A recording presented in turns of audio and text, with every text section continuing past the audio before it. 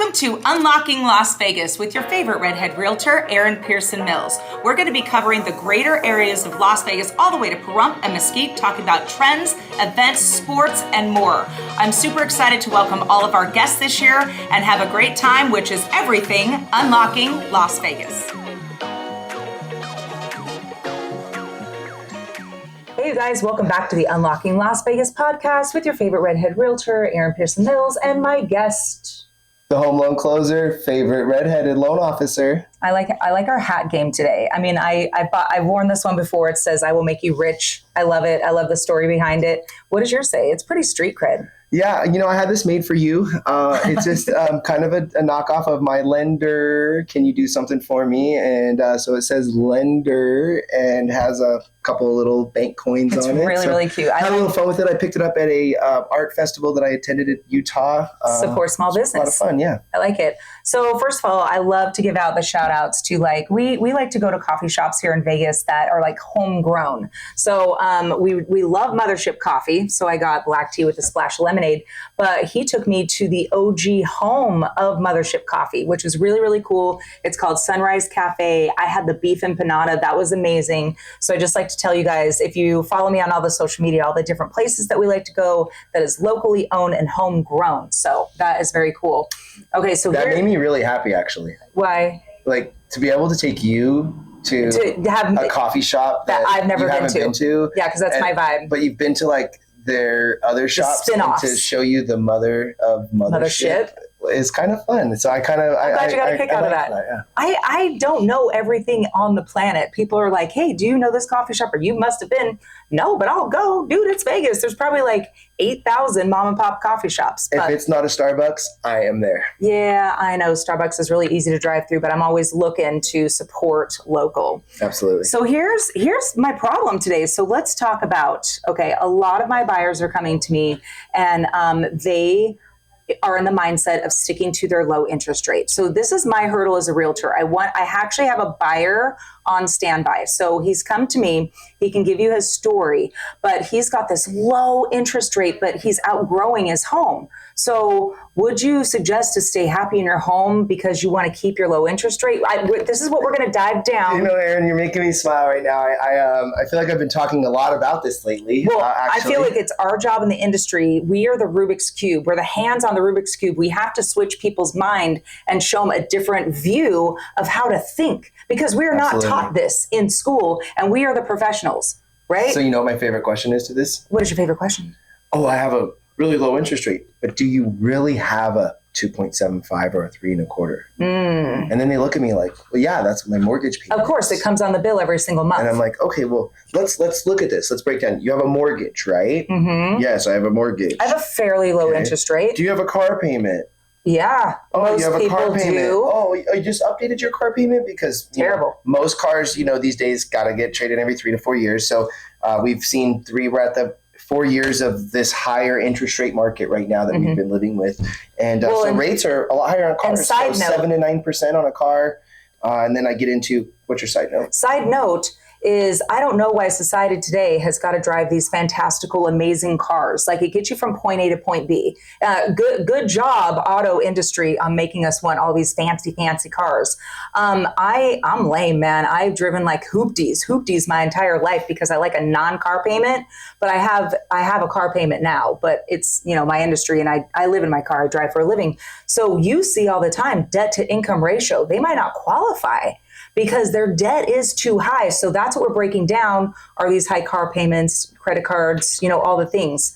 So I'm going to take my phone. I'm going to ask our lovely assistant over here because it's on silent. And I know that my client is going to call in because I said, listen, would you like to be part of our podcast this week? Because I'm getting the same questions over and over. He's a cool guy. He's on the verge, but he just doesn't understand. Well, I'm going to run the play on him. Okay. Because then I go from house, car loans, credit card loans, monthly bills. Credit cards are at 29% interest. I come across consumers every day that have seen their debt increase drastically over the last 2 to 3 years. Because they can jack up your interest rate. And so now what was 22% interest cards are 29%. So the average consumer homeowner, I think, has about $30,000 to $35,000 in credit cards. Are you ready?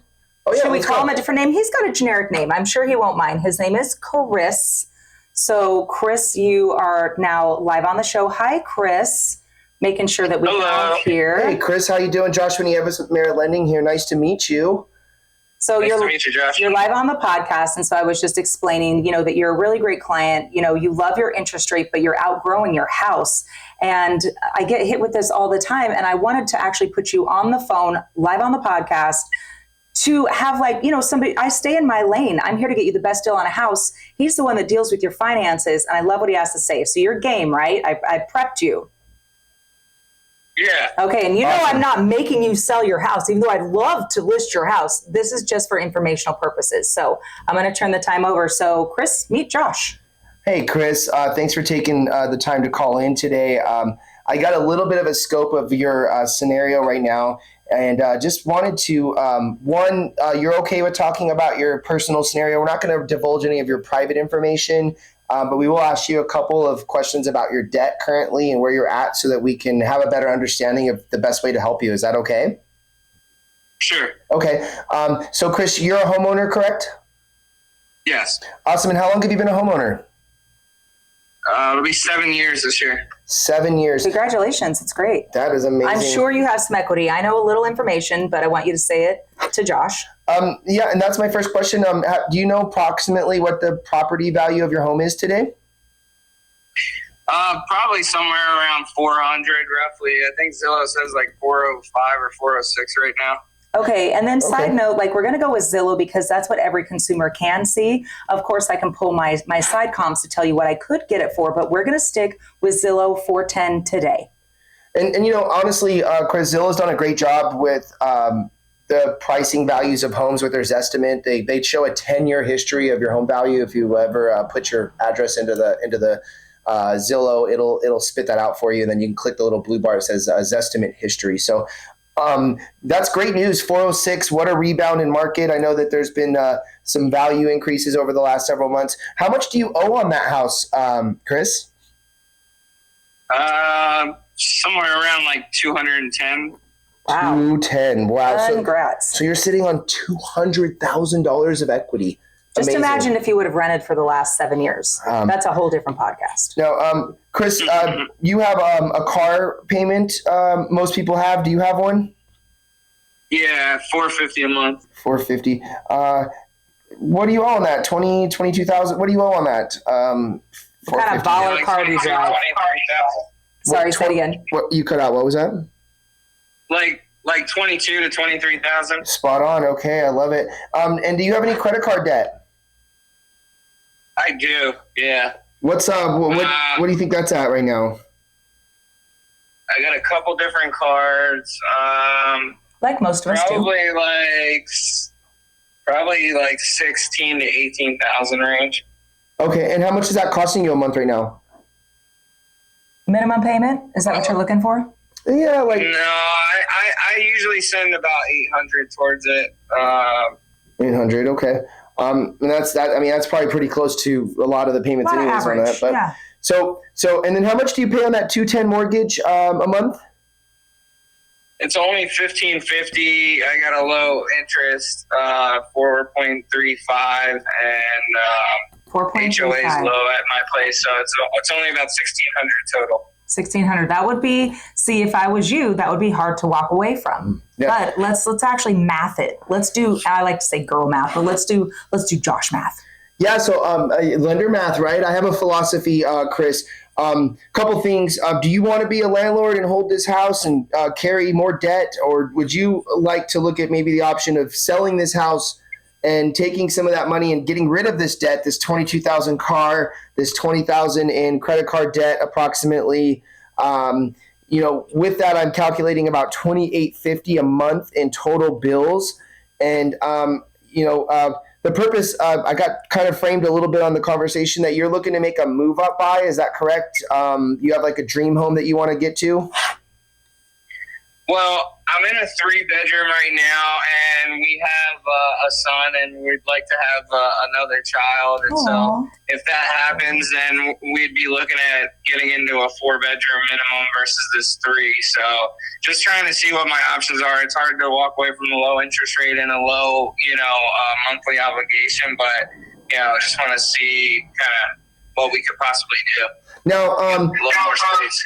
absolutely. Now, Erin shared with me prior to starting the podcast today that you were going to be calling in that you wanted to get a house with a pool, I believe, for the kids. And and like one more nice. garage or something. You have like a very small garage space, I heard. It is Las Vegas. I mean, Yeah. I'd like to get a little bit bigger of a lot, just all in general. I only have a single car garage right now. I'd like to get at least a 2. okay, so let's and move up. just more space. So if you went like at a $575 purchase price, right? That's a pretty big move up by from the $400 value you're at now. Just kind of approximating right now. Hold on one second. Excuse me, sir. Can you grab me my phone real quick and calculator? That's a pretty nice move up. And here in Las Vegas at 575, you could really kind of go almost anywhere in town and get a pool and a 2-car garage. That's what I was thinking. So that's a really, really good generalization. And I mean, we can go, if you find something at 525 or 550, I want that too. But you're going to get less houses with pools available on that.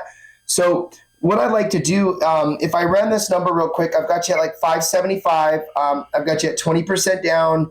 I've got you on an interest rate. Current market's about 6.75, the lowest the rates have been since February, Chris, which is great news, but more competition's going to come here.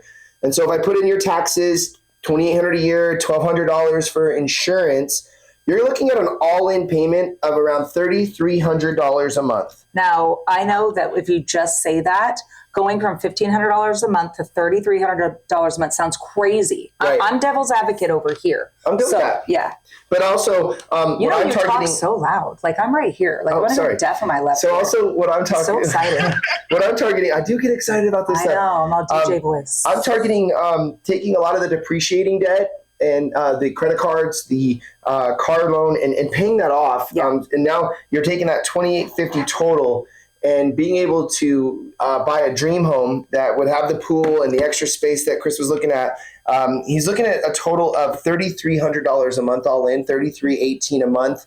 So, I mean, we're looking at $468 more a month for you to have a dream home, pool, so you don't have to go out as much with the kids. And one payment. Is that something, and only one payment, you're free and clear. Is that something, I mean, I know if we don't look at rate, and I know you have a very low interest rate on your primary, but is that something that would work for your family to be within a $450 budget increase total to be able to get into your dream home?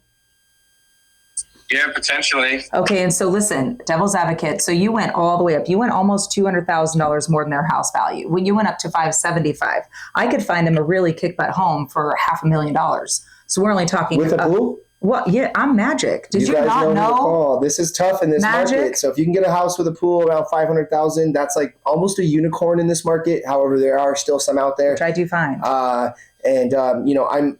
just running numbers for you. I know. But let's say I think there's a lot of room. I think there's a lot of room there to find the right property for the move up. And even if you found something, let's say at 510, $550. I mean, you're looking at about $150 every $25,000. So if you went, down to $550 or down to even $525, he's within $150 of the move up from where his current bills are to be able to move into a dream home for his family. Yeah, and with that much equity, he's got the money.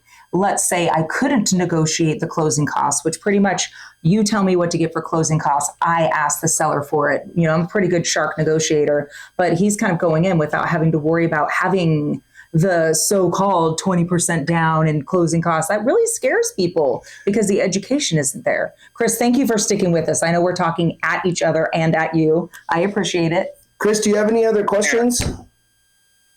Well, is the rate lower if you're putting 20% down, or am I better off just holding on to some money?